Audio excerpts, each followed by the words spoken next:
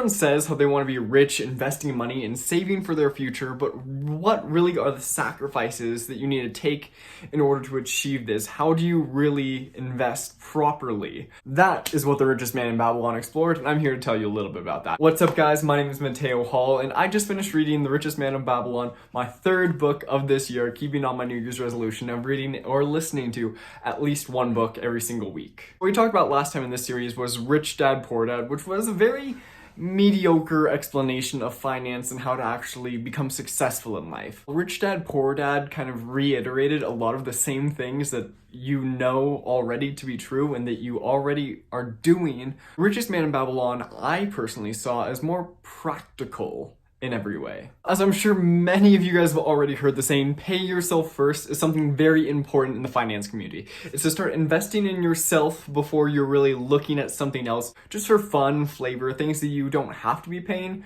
Also your bills, things like housing, water, food, and all your other expenses. When you pay yourself first, you're looking at your investments, and that is what the Richest Man in Babylon was really focusing on, is investments. And while paying yourself first is so important. This recurring motif throughout the book was the 9 coins to every 10 earned. In our first chapter, our protagonist is taught that for every 10 coins you earn, you need to keep 1 for yourself, that you're paying yourself this 1 coin.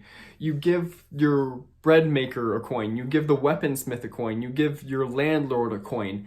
So why aren't you giving yourself any of these coins? It reiterates the saying of living below your means, because even though you have these 10 coins, you're really only living off of 9 of them.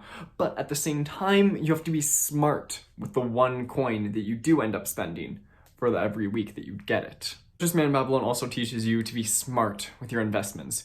You're not going to give all of your money to a mason worker to buy fine jewelry, because he's going to go get scammed out of his mind and come back with cheap glass, and selling your entire investment is useless. Instead, go to the jeweler that knows his craft, that's going to actually do a good job. But that's enough about the plot. This is more of a review of The Richest Man in Babylon and why I think it's better than, say, Rich Dad, Poor Dad. I think that at its vaguest points, The Richest Man in Babylon was a lot more specific than Rich Dad, Poor Dad might have been even in its most specific points. It really told a linear story that continued on throughout the entire book. Last episode, we did hear about Rich Dad, Poor Dad and his linear journey on how he became the position he is. He didn't really give us any examples. It was a lot of words of wisdom of remember to do this and do that. And really, I don't think that conventional sayings or words of wisdom are worth too much without some actual, I say, equity behind them. So when The Richest Man in Babylon gives specific examples of a man who is so far into debt that he ends up robbing people, going into slavery because he is caught robbing people, and working his way out of that, going back, then repaying those debts, even though he's living off of bare bones, that really gives more credit to where credit is due, because it shows you an example of how things can actually be done. Sure, may the tale be fiction and exaggerated a bit, but of course it is, as all good stories are. But it's there to prove a point that no matter what, you're still able to work out of things, and it gives you an inspiration. Well, if someone else can do it, why can't I? Because even though that story that's in the book may be not real, so many people have actually taken that and used it as inspiration to work out of debt for themselves and become better for themselves. Now, I don't know about you guys, but I learn a lot better when I'm looking at something specific. Maybe if I can get my hands on something that I can act on, that's when things are really going to start to stick with me. So when we're looking at things like the 70-20-10 principle, like brought up in The Richest Man in Babylon, where you live off of 70% of your income, pay debts with 20%, and invest 10%, that's something a lot more actionable than start working for yourself. And don't work for money, because one of the phrases, don't work for money, by itself, it doesn't mean much. I think there's honestly a little bit that everyone can learn from The Richest Man in Babylon, even if you are already wealthy. It talks about helping other people and lending out money as well, and when it would be smart to do that. Again, I can't cover everything in the book in this video, so I'm going to leave a link down to the audiobook that I listened to down below. I thoroughly enjoyed it. I listened to everything on at least 1.5 times speed, so I was able to get through it like that, and It was a genuinely good read. I recommend this book to nearly everybody out there. If you're just now beginning your financial journey, check out The Rich Dad Poor Dad, also linked down below. I'll leave my review to it as well. And if you're a little bit further along, I would recommend Richest Man in Babylon to be a little bit more of a hefty read to support where you are. This is still a beginner level book where it's teaching you the basics and reinforcing these core principles, not delving too far into something super abstract. Most of the book being placed back in the time of Babylon, when thy speak with a very formal tongue. Though they may be talking like that, it's still a genuinely good book and you don't get lost. It's not like reading Shakespeare.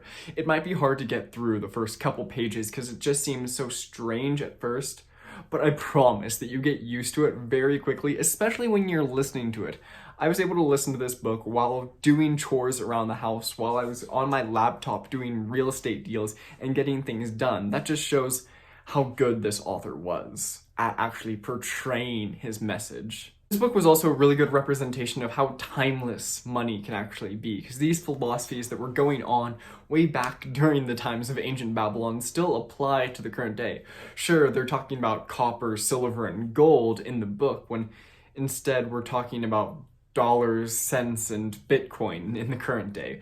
It still all applies to what's happening today, and that really shows that no matter what, no matter where you are, what time period, people are always thinking about their finances, about budgeting, and about how to stay stable in life. If you guys want more of an in-depth dive into what the Richest Man in Babylon means, we could go over the 5 rules of gold or the 7 cures to a lean wallet, lean purse, whichever you'd like to call.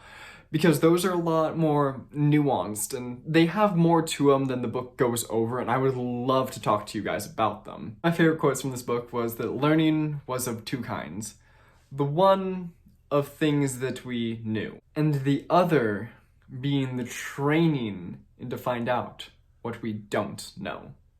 There's always a lot to be figured out from reading and learning from people that are a lot smarter than you.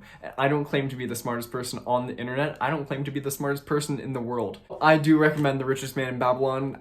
For my personal situation, I would give this a solid 8 out of 10 must-read score in order to actually get your journey going. I would so far rank this as my number 1 choice in books. If you were starting out, I would start with Rich Dad Poor Dad and then start delving into the more nuances of The Richest Man in Babylon. If you made it this far into the video, then leave a comment down below onto what book you want me to be reviewing next.